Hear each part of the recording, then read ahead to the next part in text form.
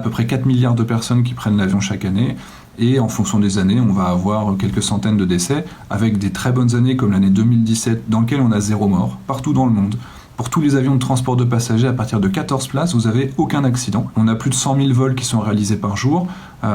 Évidemment, ça se passe très bien la majorité du temps, avec une statistique qui est très importante. En gros, quand vous faites 6,5 km en voiture en France, le risque est à peu près 6 fois plus élevé qu'en prenant l'avion, quel que soit le pays considéré.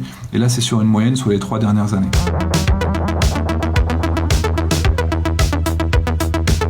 Les avions sont conçus pour pouvoir supporter la foudre et en moyenne, les avions se prennent tous la foudre 2 fois par an. Donc on n'est pas sur une situation à éviter quand on voit des orages dehors en réalité. On a beaucoup de personnes qui redoutent la panne moteur, c'est probablement l'idée principale autour de la peur de l'avion.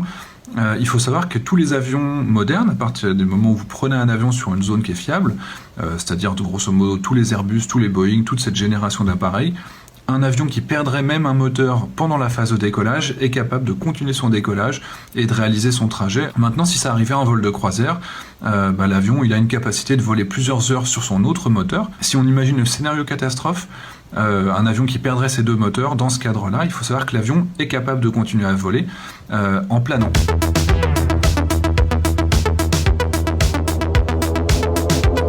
On a une focalisation médiatique qui est très importante.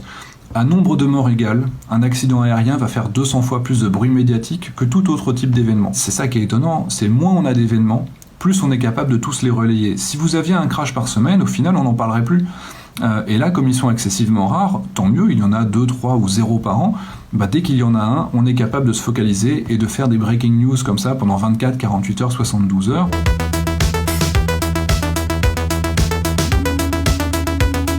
La toute dernière génération d'avions, qui est apparue à partir des années 90, est capable d'éviter de se mettre en situation dangereuse. C'est-à-dire qu'on a même des avions qui vont refuser de faire des virages difficiles, d'aller trop lentement, de prendre des angles d'inclinaison qui vont dépasser les limites de l'appareil. Les avions sont conçus pour résister à la grêle, à de la foudre, à rentrer dans les pires turbulences. Les avions aujourd'hui sont conçus pour rentrer dans des turbulences qui n'existent même pas sur Terre.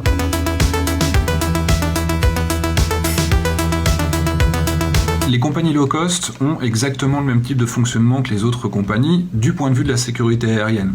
C'est-à-dire que les pilotes reçoivent la même formation, ils sont entraînés de la même manière, ils vont avoir une suivi médicale qui va être exactement la même, ils ont des repos qui sont identiques, parce que tout ça est encadré au niveau de la sécurité aérienne des pays, comme notamment l'Europe, également les grandes zones qui vont être réglementées vont imposer ces normes-là. Il faut bien comprendre qu'on va imposer un niveau qui va être très élevé, parce que si jamais une compagnie ne respecte pas ce niveau, on va la mettre sur ce qu'on appelle une liste noire, et les appareils n'auront pas le droit de venir dans les zones qui sont fiables.